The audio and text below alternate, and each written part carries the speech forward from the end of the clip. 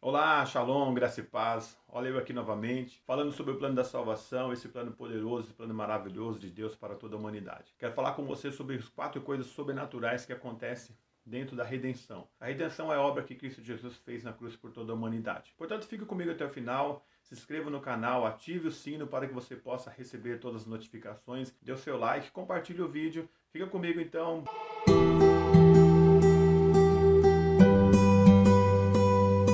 A redenção é a obra que Cristo fez na cruz do Calvário para a salvação de toda a humanidade.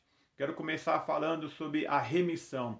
A remissão, ela fala do perdão por meio do pagamento de uma dívida. É isso que Jesus fez por nós. Nenhum homem, nenhum ser humano teria essa capacidade de fazer isso por um outro ser humano, quanto menos, muito menos, né, por toda a humanidade.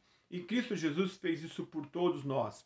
Isto acontece dentro da redenção, a remissão, o pagamento de uma dívida. Colossenses 1, capítulo 14, fala em quem temos a redenção, a saber, a remissão dos nossos pecados. Colossenses 2, 13 e 14 diz assim: e a vós, quanto estáveis mortos em vossos delitos e na incircuncisão da vossa carne, vos vivificou juntamente com ele, perdoando-lhes todos os delitos, e havendo riscado o escrito de dívida que havia contra nós, nas suas ordenanças, o qual nos era contrário, removeu-o de nosso meio, cravando-o na cruz. Ou seja, Cristo anulou a cobrança de dívida contra a nossa pessoa, contra a humanidade. Segunda ação dentro da redenção é o resgate. E o resgate ele fala de uma transferência, de tirar alguém de um lugar e colocar em outro lugar, levá-lo para o outro lugar. Colossenses 1,13 fala assim: e nos tirou do império das trevas, nos transportou para o reino do seu Filho amado.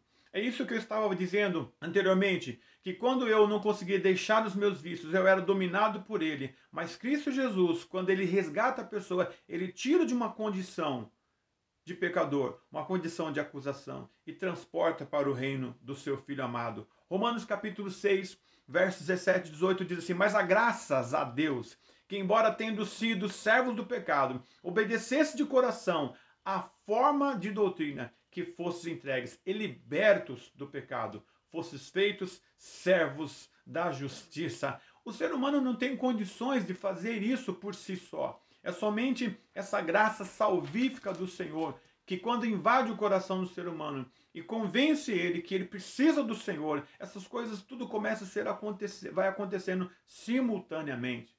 Em terceiro lugar, a terceira ação dentro da redenção é a filiação ou adoção.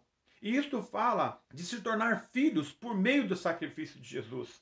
Evangelho de João, capítulo 1, 12. Quando eu li esse texto aqui há muito tempo atrás, eu falei assim: uau, Deus é muito bom e maravilhoso, Ele quer me tornar seu filho. João capítulo 1, verso 12 fala assim: a todos quantos o receberam e deram-lhes o poder de serem feitos filhos de Deus. Ou seja, todo aquele que recebe o Senhor Jesus como seu Senhor na sua vida, como seu Salvador, ele recebe o direito de se tornar filho. Por que se tornar? Porque não éramos.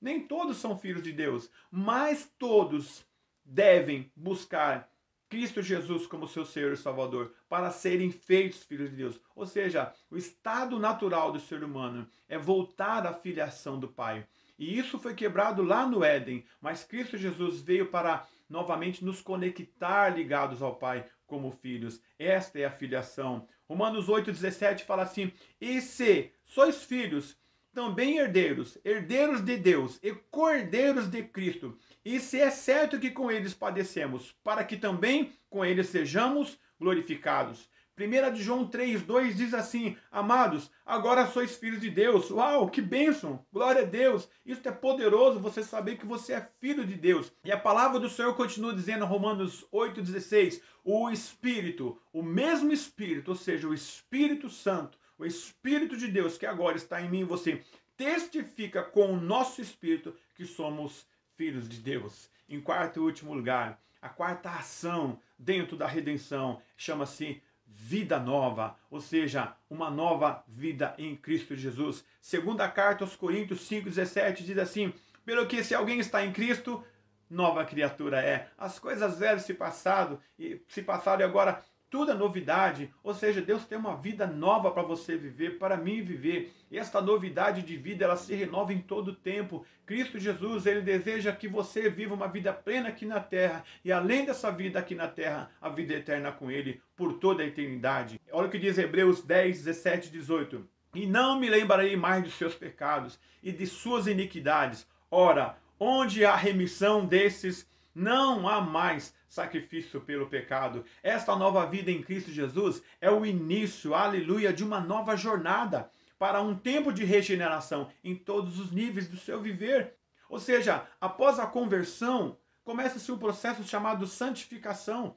Você não precisa esperar se tornar o cara certinho, a mulher certinha, para começar a ter um relacionamento com Deus. A vida com Deus, ela começa e vai de degrau em degrau, de etapas em etapas. Olha o que diz em 1ª carta de Pedro, capítulo 1, e verso 2. Bendito seja o Deus Pai de nosso Senhor Jesus Cristo, que segundo a sua grande misericórdia, nos regenerou para uma viva esperança pela ressurreição de Jesus Cristo dentre os mortos, tendo renascido não de semente corruptível, mas de incorruptível pela palavra a qual vive e permanece. 1 de Pedro, capítulo 1, 2 e 23. Ninguém pode sair de um lugar para o outro se o preço não for pago.